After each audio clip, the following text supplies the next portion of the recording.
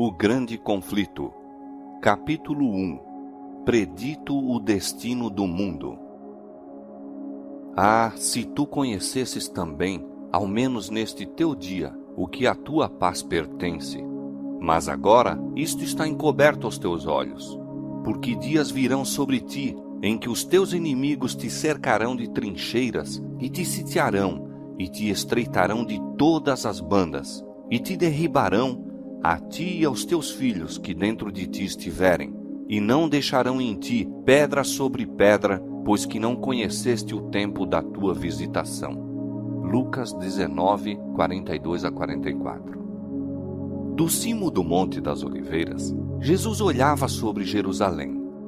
Lindo e calmo era o cenário que diante dele se desdobrava. Era o tempo da Páscoa e de todas as terras, os filhos de Jacó se haviam ali reunido para celebrar a grande festa nacional. Em meio de hortos e vinhedos e declives verdejantes juncados das tendas dos peregrinos, erguiam-se as colinas terraplanadas, os majestosos palácios e os maciços baluartes da capital de Israel. A filha de Sião parecia dizer em seu orgulho: estou assentada como rainha e não verei o pranto. Sendo ela tão formosa então e julgando-se tão segura do favor do céu como quando, séculos antes, o trovador real cantara: formoso de sítio e alegria de toda a terra é o monte de Sião, a cidade do grande rei. Bem à vista estavam os magnificentes edifícios do templo. Os raios do sol poente iluminavam a brancura de neve de suas paredes de mármore e punham reflexos no portal de ouro, na torre e pináculo. Qual perfeição da formosura! Levantava-se ele como o orgulho da nação judaica. Que filho de Israel poderia contemplar aquele cenário sem um estremecimento de alegria e admiração? Entretanto, pensamentos muito diversos ocupavam a mente de Jesus. Quando ia chegando, vendo a cidade, chorou sobre ela. Por entre o universal regozijo de sua entrada triunfal, enquanto se agitavam ramos de palmeiras, enquanto alegres hosanas despertavam ecos nas colinas, e milhares de vozes o aclamavam rei, o Redentor do mundo achava-se oprimido por súbita e misteriosa tristeza. Ele, o Filho de Deus, o prometido de Israel, cujo poder vencera a morte e do túmulo chamara a seus cativos, estava em pranto, não em consequência de uma mágoa comum, senão de agonia intensa e irreprimível. Suas lágrimas não eram por si mesmo, posto que bem soubesse para onde seus passos o levariam. Diante dele jazia o Getsêmani, cenário de sua próxima agonia.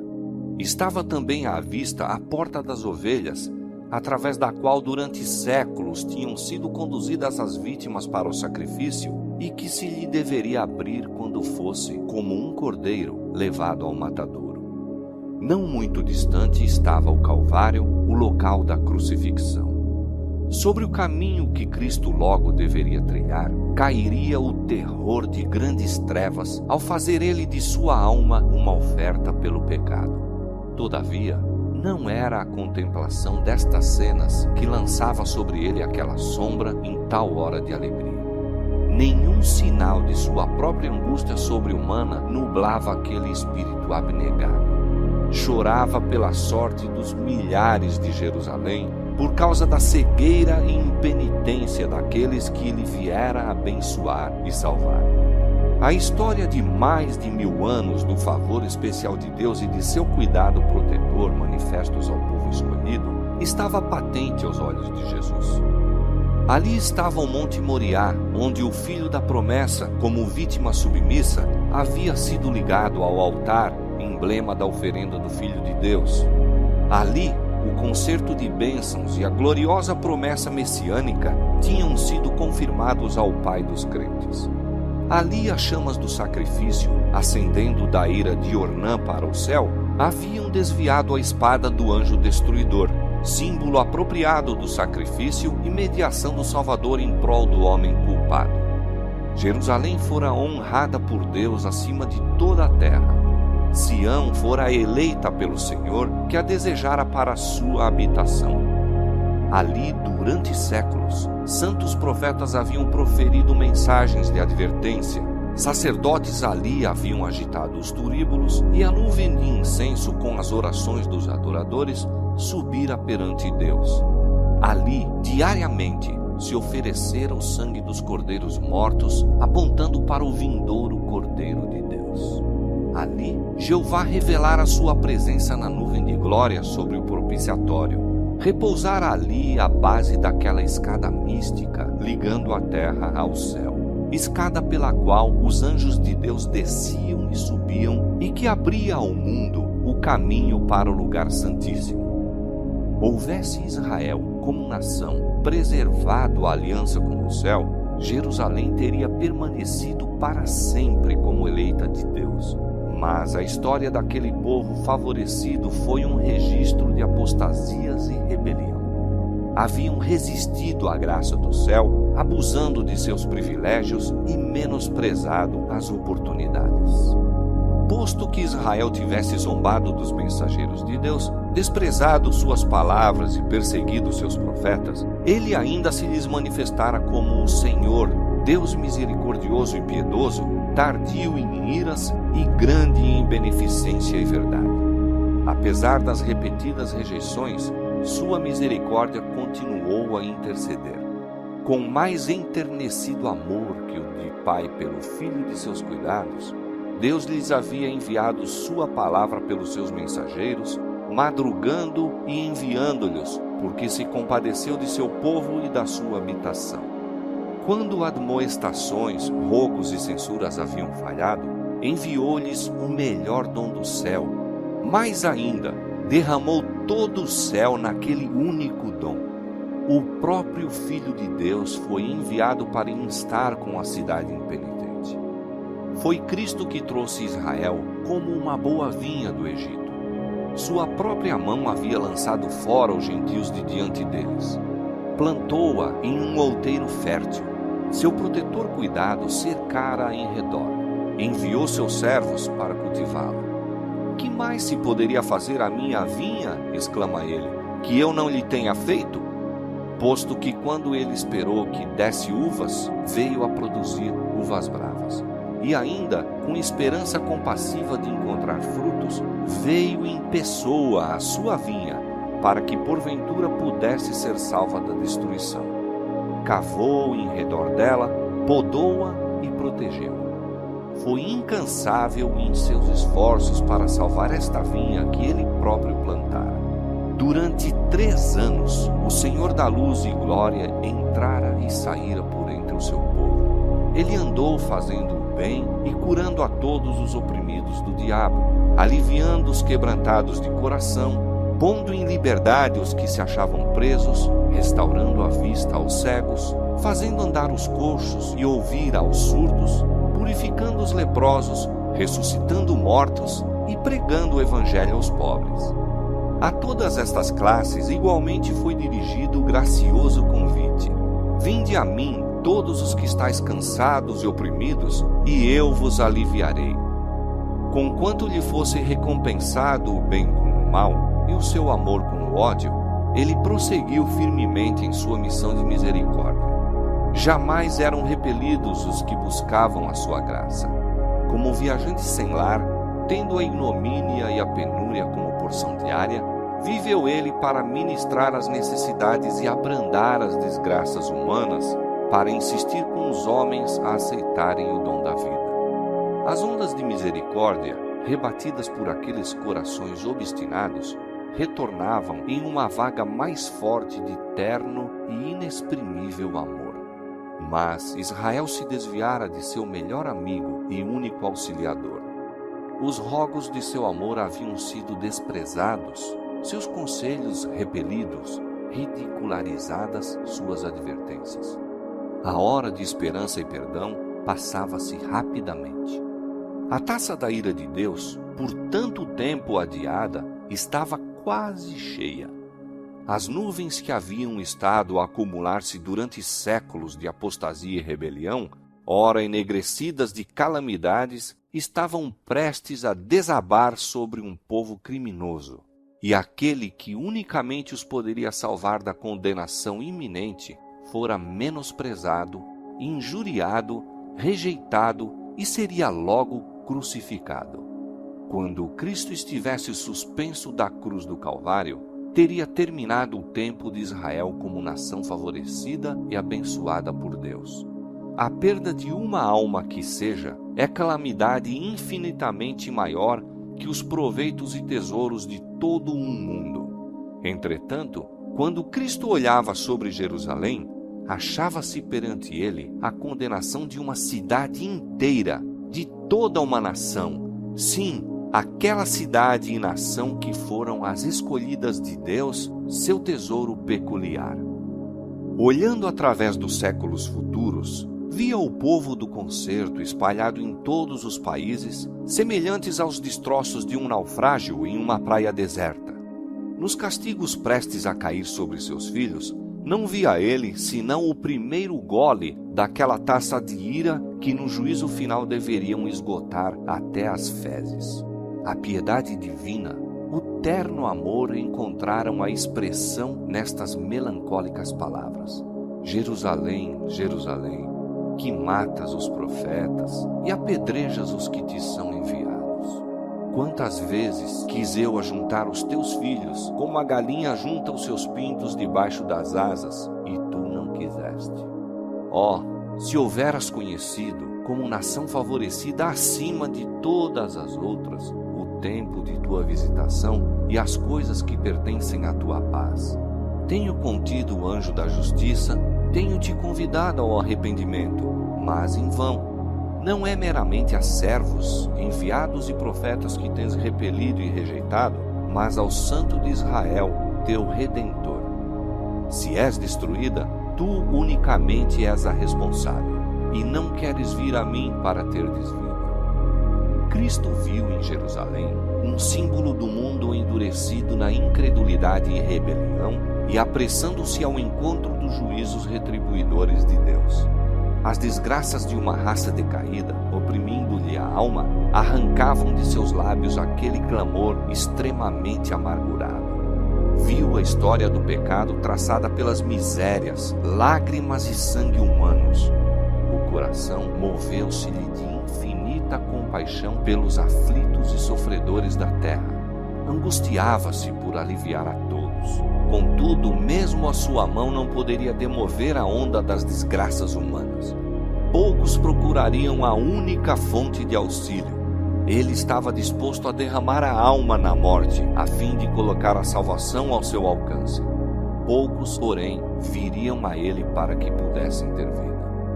A majestade dos céus em pranto, o Filho do infinito Deus, perturbado em espírito, curvado em angústia. Esta cena encheu de espanto o céu inteiro. Revela-nos a imensa malignidade do pecado. Mostra quão árdua a tarefa é, mesmo para o poder infinito, salvar ao culpado das consequências da transgressão da lei de Deus. Jesus, olhando para a última geração, viu o mundo envolto em engano semelhante ao que causou a destruição de Jerusalém. O grande pecado dos judeus foi rejeitarem a Cristo. O grande pecado do mundo cristão seria rejeitarem a lei de Deus, fundamento de seu governo no céu e na terra. Os preceitos de Jeová seriam desprezados e anulados. Milhões na servidão do pecado, escravos de Satanás, condenados a sofrer a segunda morte, recusar-se-iam a escutar as palavras de verdade no dia de sua visitação. Terrível cegueira, estranha presunção. 2 dias antes da Páscoa, quando Cristo pela última vez se havia afastado do templo, depois de anunciar a hipocrisia dos príncipes judeus, novamente sai com os discípulos para o Monte das Oliveiras e assenta-se com eles no declive relvoso, sobranceiro à cidade. Mais uma vez contempla seus muros, torres e palácios.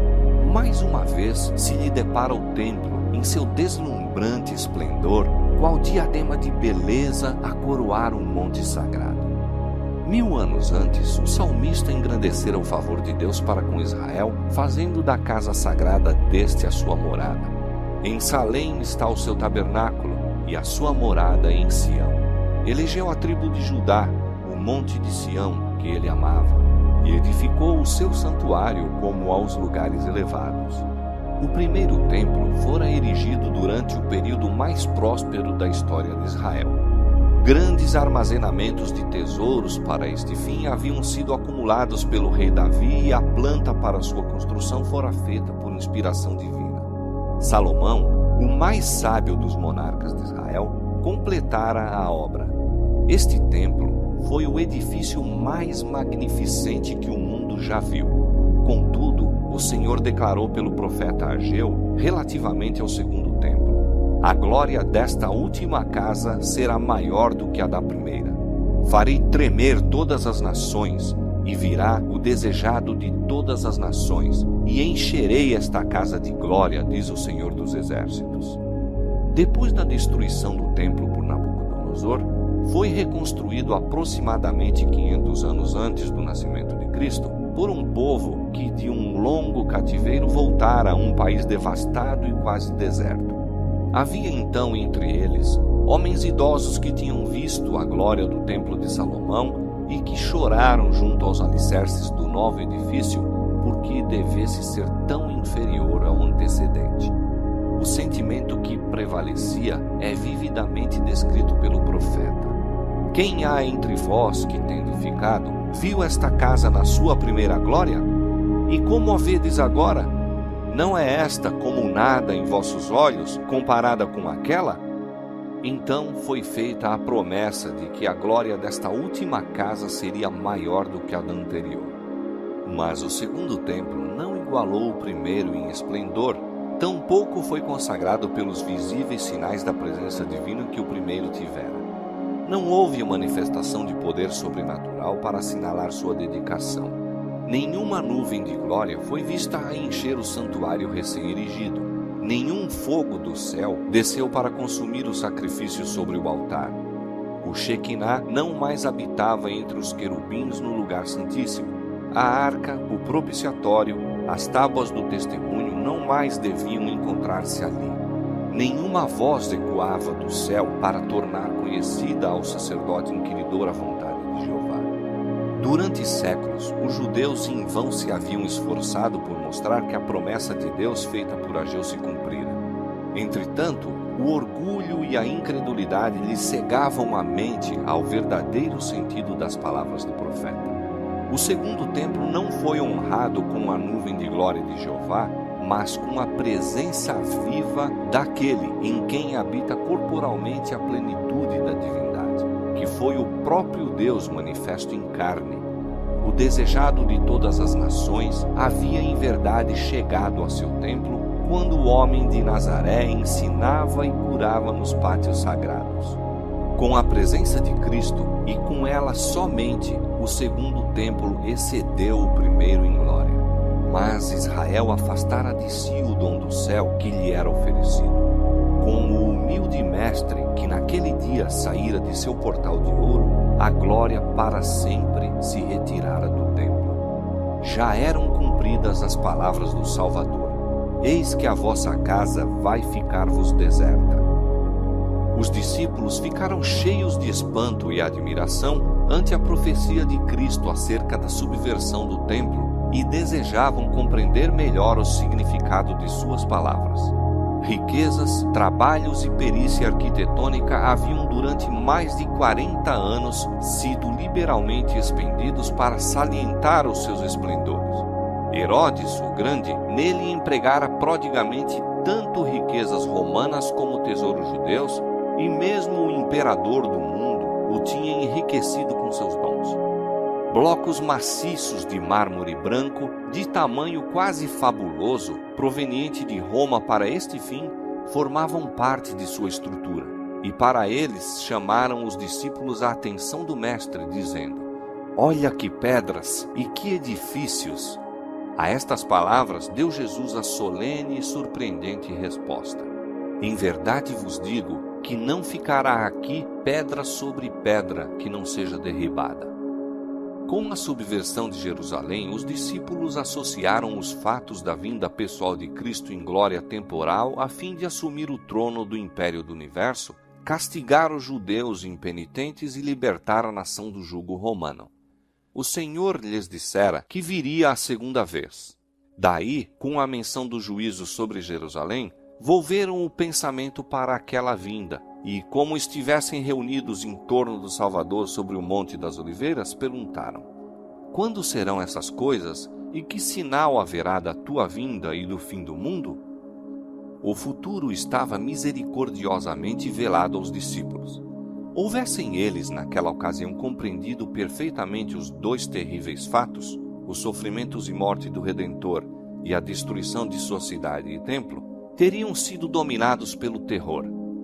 Cristo apresentou diante deles um esboço dos importantes acontecimentos a ocorrerem antes do final do tempo. Suas palavras não foram então completamente entendidas, mas a significação ser-lhes-ia revelada quando seu povo necessitasse da instrução nelas dada. A profecia que ele proferiu era dupla em seu sentido.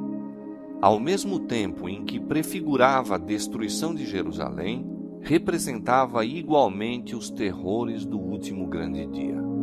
Jesus declarou aos discípulos que o escutavam os juízos que deveriam cair sobre o apóstata Israel e especialmente o castigo retribuidor que lhe sobreviria por sua rejeição e crucifixão do Messias. Sinais inequívocos procederiam à terrível culminação. A hora temida viria súbita e celeremente, e o Salvador advertiu a seus seguidores: quando, pois, virdes que a abominação da desolação de que falou o profeta Daniel está no lugar santo, quem lê, entenda. Então os que estiverem na Judéia, fujam para os montes. Quando os símbolos idolátricos dos romanos fossem erguidos em Terra Santa, a qual ia um pouco além dos muros da cidade, então os seguidores de Cristo deveriam achar segurança na fuga.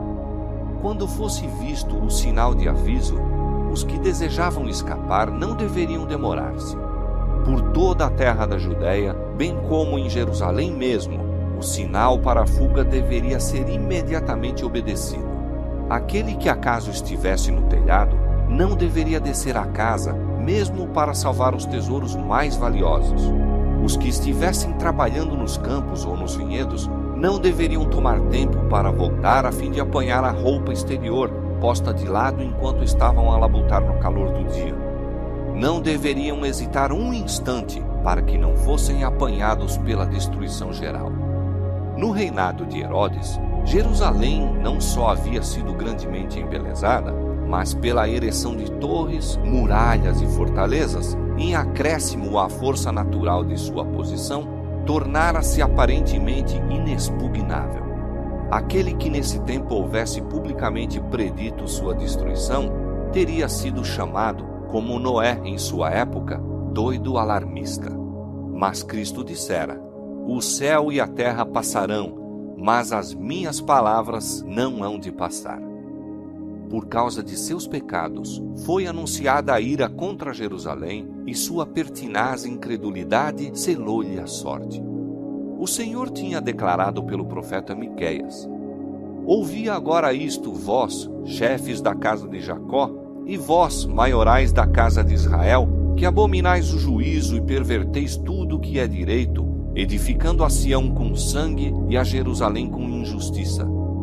Os seus chefes dão as sentenças por presentes, e os seus sacerdotes ensinam por interesse, e os seus profetas adivinham por dinheiro, e ainda encostam ao Senhor, dizendo: não está o Senhor no meio de nós? Nenhum mal nos sobrevirá.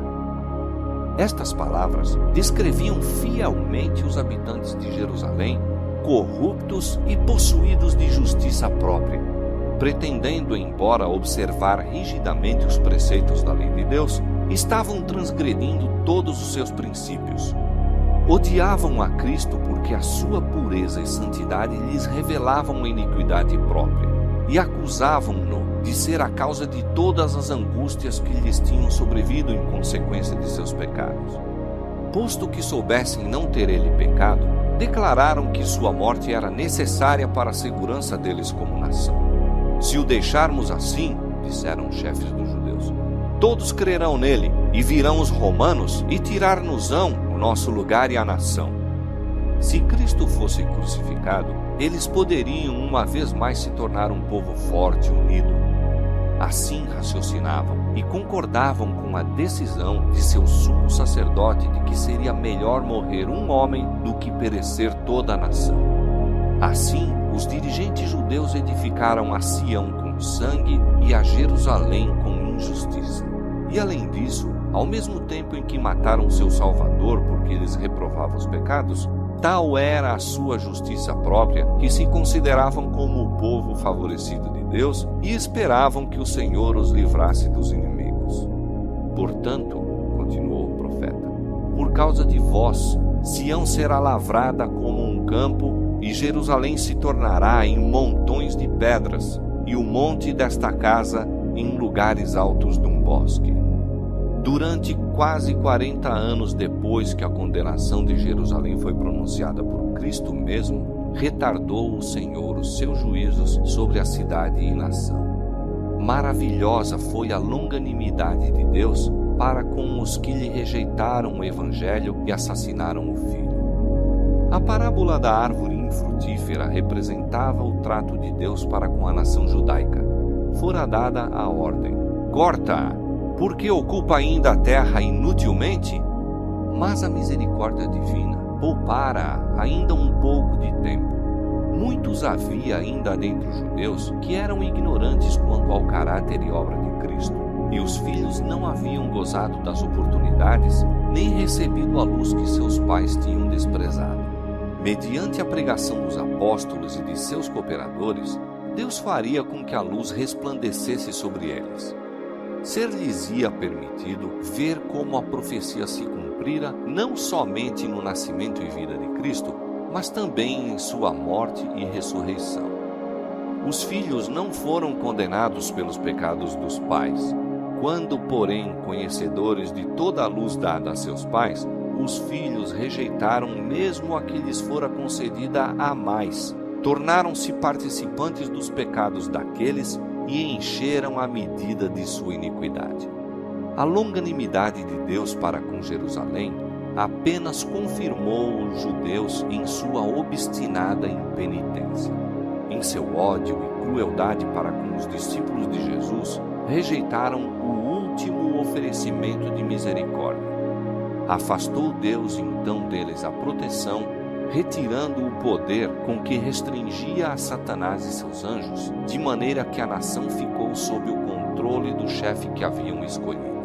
Seus filhos tinham desdenhado a graça de Cristo, que os teria habilitado a subjugar seus maus impulsos, e agora estes se tornaram os vencedores. Satanás suscitou as mais violentas e vis paixões da alma. Os homens não raciocinavam, achavam-se fora da razão, dirigidos pelo impulso e cega raiva. Tornaram-se satânicos em sua crueldade. Na família e na sociedade, entre as mais altas como entre as mais baixas classes, havia suspeita, inveja, ódio, contenda, rebelião, assassínio. Não havia segurança em parte alguma. Amigos e parentes traíam-se mutuamente. Pais matavam aos filhos e filhos aos pais. Os príncipes do povo não tinham poder para governar-se. Desenfreadas paixões faziam-nos tiranos. Os judeus haviam aceitado falso testemunho para condenar o inocente Filho de Deus. Agora, as falsas acusações tornavam insegura sua própria vida. Pelas suas ações, durante muito tempo tinham estado a dizer: fazei que deixe de estar o Santo de Israel perante nós. Agora, seu desejo foi satisfeito. O temor de Deus não mais os perturbaria. Satanás estava à frente da nação e as mais altas autoridades civis e religiosas estavam sob o seu domínio. Os chefes das facções oponentes por vezes se uniam para saquear e torturar suas desgraçadas vítimas e novamente caíam sobre as forças uns dos outros, fazendo impiedosa matança. Mesmo a santidade do templo não lhes refreava a horrível ferocidade. Os adoradores eram assassinados diante do altar e o santuário contaminava-se com corpos de mortos.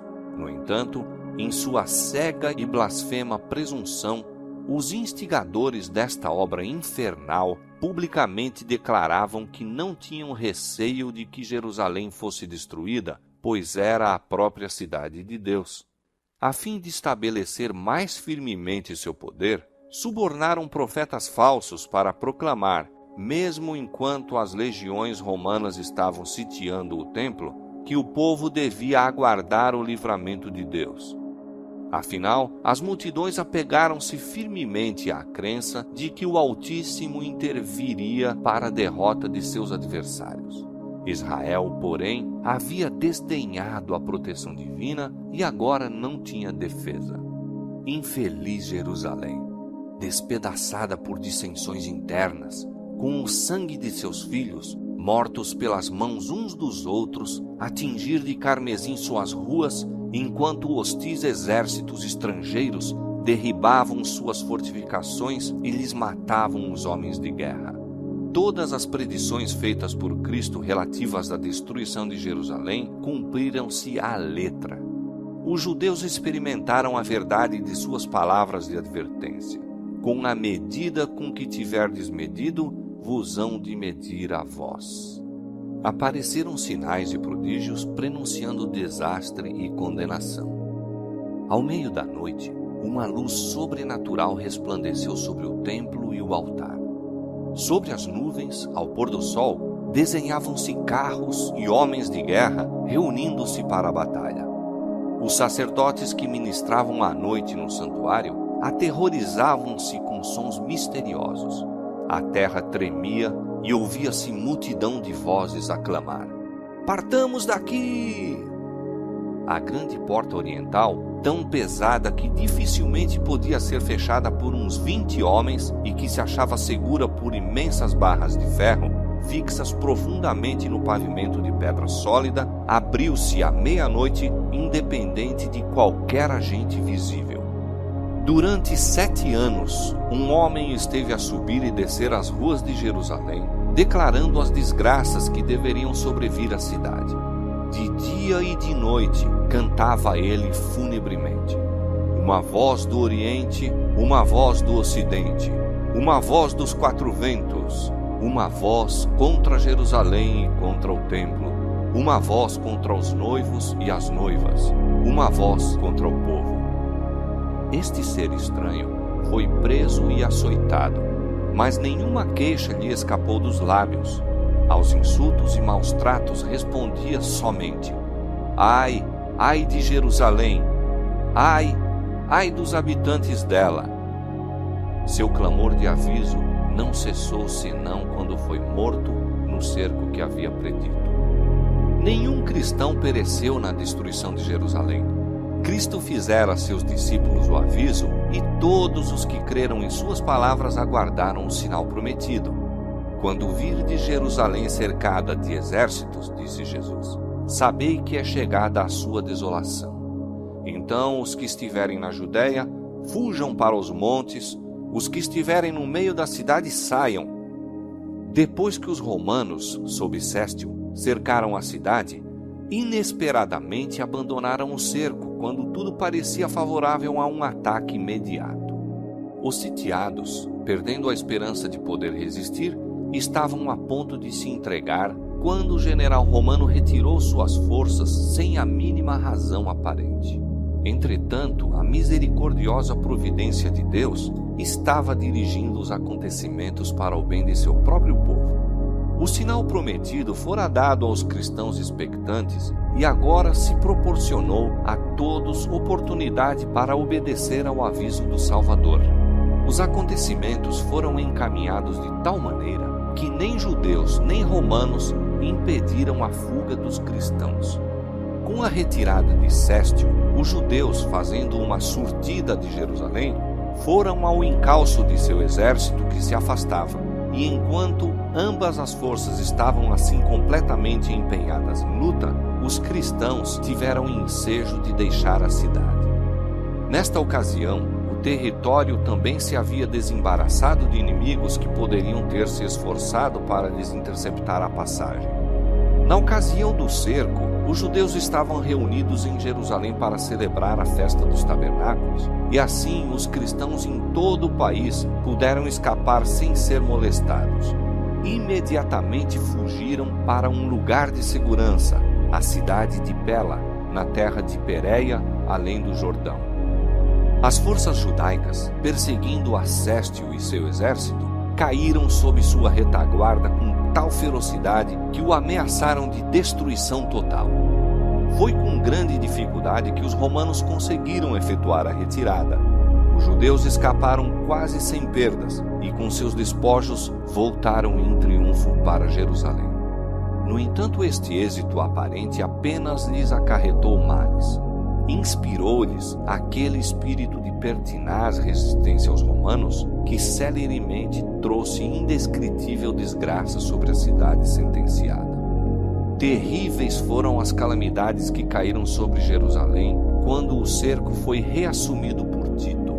A cidade foi assaltada na ocasião da Páscoa, quando milhões de judeus estavam reunidos dentro de seus muros.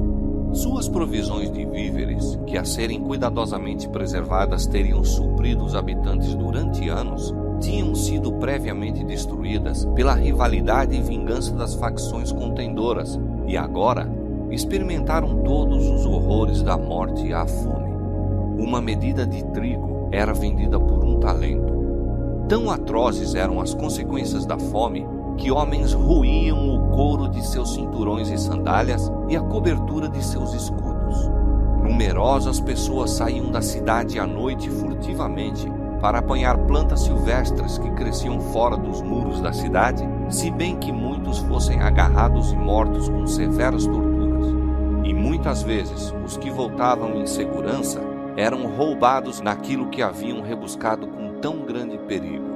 As mais desumanas torturas eram infligidas pelos que se achavam no poder, a fim de extorquir do povo atingido pela necessidade os últimos e escassos suprimentos que poderiam ter escondido.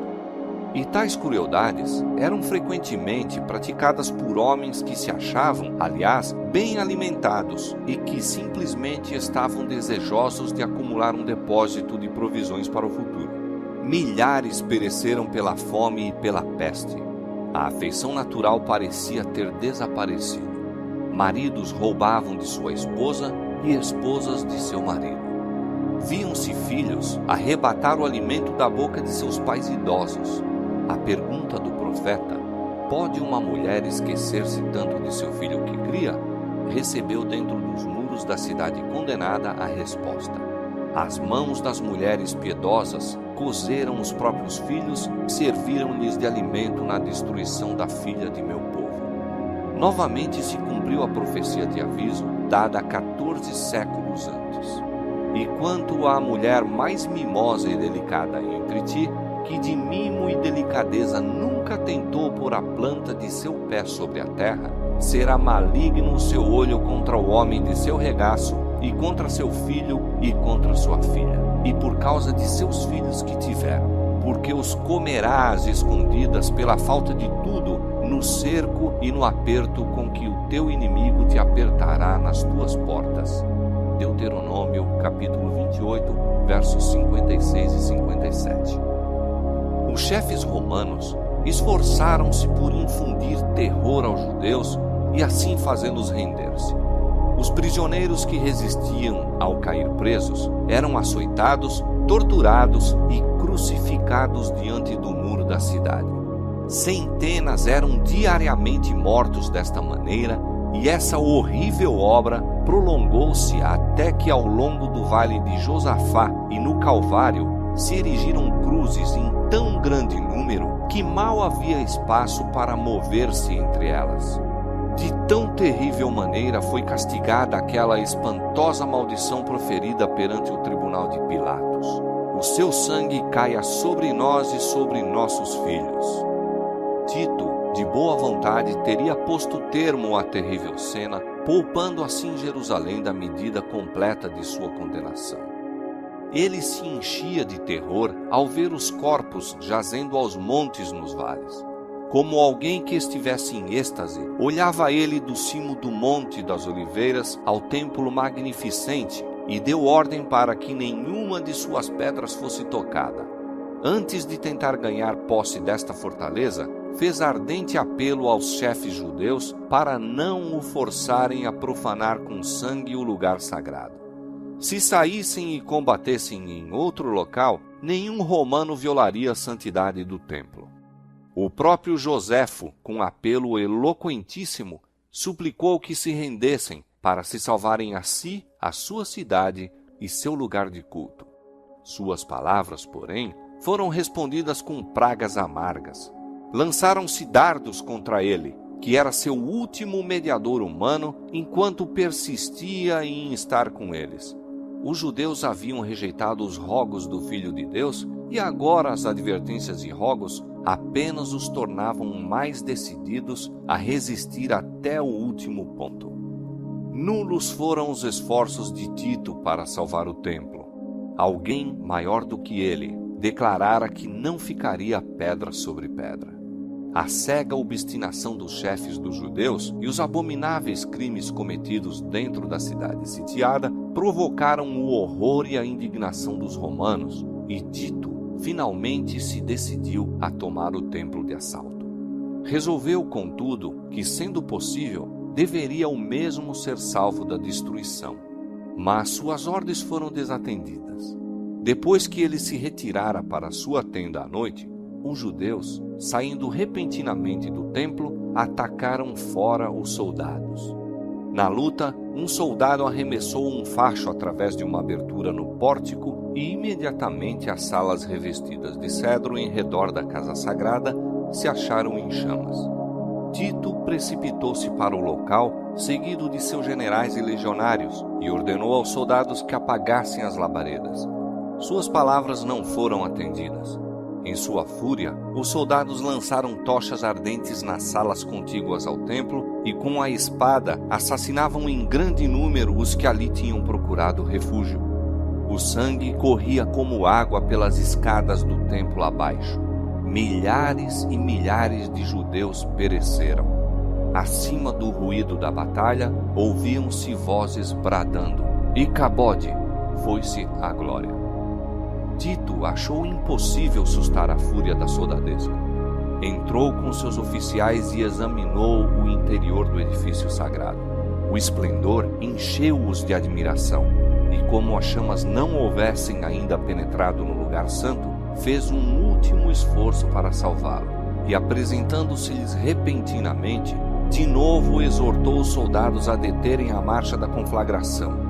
O centurião Liberalis esforçou-se por impor obediência a seu estado maior, mas o próprio respeito para com o imperador cedeu lugar à furiosa animosidade contra os judeus, ao excitamento feroz da batalha e à esperança insaciável do saque. Os soldados viam tudo em redor deles resplandecendo de ouro, que fulgurava deslumbrantemente à luz sinistra das chamas. Supunham que incalculáveis tesouros estivessem acumulados no santuário. Um soldado, sem ser percebido, arrojou uma tocha acesa por entre os gonzos da porta. O edifício todo, em um momento, ficou em chamas. O denso fumo e o fogo obrigaram os oficiais a retirar-se, e o nobre edifício foi abandonado à sua sorte.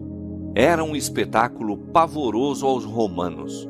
E que seria ele para os judeus? Todo o cimo da colina que dominava a cidade chamejava como um vulcão. Um após outro caíram os edifícios com tremendo fragor e foram absorvidos pelo ígneo abismo. Os tetos de cedro assemelhavam-se a lençóis de fogo. Os pináculos dourados resplandeciam como pontas de luz vermelha.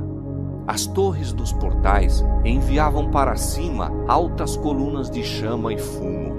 As colinas vizinhas se iluminavam e grupos obscuros de pessoas foram vistas a observar com horrível ansiedade a marcha da destruição. Os muros e pontos elevados da cidade alta ficaram repletos de rostos, alguns pálidos, com a agonia do desespero, outros com a expressão irada, a ameaçar uma vingança inútil. As aclamações da soldadesca romana, enquanto corriam de uma para outra parte, e o gemido dos rebeldes que estavam perecendo nas chamas, misturavam-se com o rugido da conflagração e o rumor trovejante do madeiramento que caía. Os ecos das montanhas respondiam ou traziam de volta os gritos do povo nos pontos elevados. Ao longo de todo o muro ressoavam alaridos e prantos. Homens que estavam a expirar pela fome reuniam sua força restante para proferir um grito de angústia e desolação. O morticínio do lado de dentro era até mais terrível do que o espetáculo visto fora. Homens e mulheres, velhos e moços, rebeldes e sacerdotes, os que combatiam e os que imploravam misericórdia, eram retalhados em indiscriminada carnificina. O número de mortos excedeu ao dos matadores. Os legionários tiveram que trepar sobre os montes de cadáveres para prosseguir na obra de extermínio. Depois da destruição do templo, a cidade inteira logo caiu nas mãos dos romanos. Os chefes dos judeus abandonaram as torres inexpugnáveis e Tito as achou desertas. Contemplou-as com espanto e declarou que Deus lhes havia entregue em suas mãos, pois engenho algum, ainda que poderoso, poderia ter prevalecido contra aquelas estupendas ameias. Tanto a cidade como o templo foram arrasados até aos fundamentos, e o terreno em que se erguia a casa sagrada foi lavrado como um campo. No cerco e morticínio que se seguiram, pereceram mais de 1 milhão de pessoas. Os sobreviventes foram levados como escravos, como tais vendidos, arrastados a Roma para brilhantar a vitória do vencedor, lançados às feras nos anfiteatros ou dispersos por toda a terra como vagabundos sem lar. Os judeus haviam forjado seus próprios grilhões. Eles mesmos encheram a taça da vingança. Na destruição completa que lhes sobreveio como nação e em todas as desgraças que os acompanharam depois de dispersos, não estavam senão recolhendo a colheita que suas próprias mãos semearam. Diz o profeta: para tua perda, ó Israel, te rebelaste contra mim. Pelos teus pecados tens caído.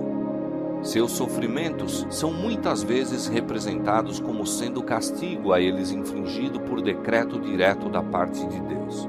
É assim que o grande enganador procura esconder sua própria obra.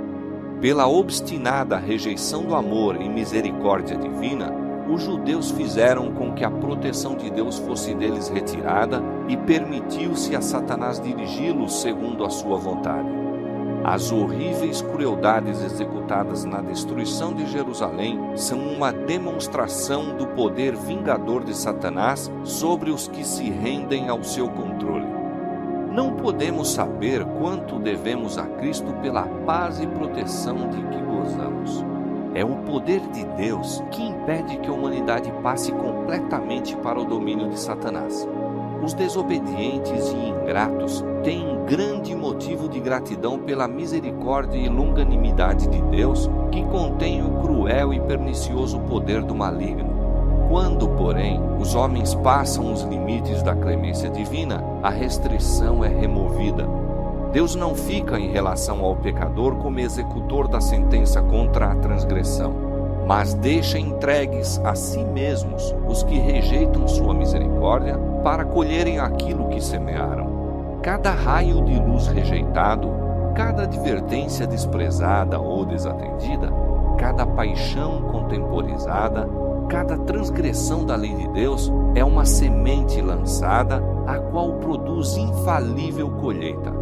O Espírito de Deus, persistentemente resistido, é afinal retirado do pecador, e então poder algum permanece para dominar as más paixões da alma e nenhuma proteção contra a maldade e inimizade de Satanás.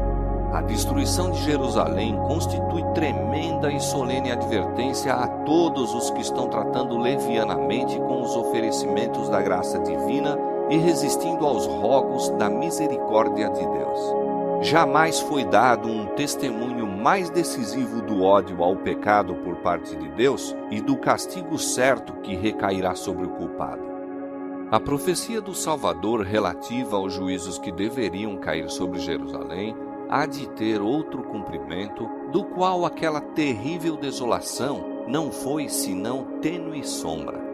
Na sorte da cidade escolhida, podemos contemplar a condenação de um mundo que rejeitou a misericórdia de Deus e calcou a pés a sua lei. Tenebrosos são os registros da miséria humana que a terra tem testemunhado durante seus longos séculos de crime. Ao contemplá-los, confrange-se o coração e o espírito desfalece. Terríveis têm sido os resultados da rejeição da autoridade do céu. Entretanto, cena ainda mais tenebrosa se apresenta nas revelações do futuro. Os registros do passado, o longo cortejo de tumultos, conflitos e revoluções, a armadura daqueles que pelejavam com ruído e os vestidos que rolavam no sangue, que são em contraste com os terrores daquele dia em que o Espírito de Deus será totalmente retirado dos ímpios, não mais contendo a explosão das paixões humanas e ira satânica. O mundo contemplará então, como nunca antes, os resultados do governo de Satanás. Mas naquele dia, bem como na ocasião da destruição de Jerusalém, livrar-se-á o povo de Deus, todo aquele que estiver inscrito entre os vivos. Cristo declarou que virá a segunda vez para reunir a si os seus fiéis. E todas as tribos da terra se lamentarão e verão o Filho do Homem vindo sobre as nuvens do céu com poder e grande glória. E ele enviará os seus anjos com rijo clamor de trombeta, os quais ajuntarão os seus escolhidos desde os quatro ventos, de uma a outra extremidade dos céus. Então, os que não obedecem ao Evangelho serão consumidos pelo Espírito de sua boca e serão destruídos com o esplendor de sua vinda. Como o antigo Israel, os ímpios destroem-se a si mesmos, caem pela sua iniquidade.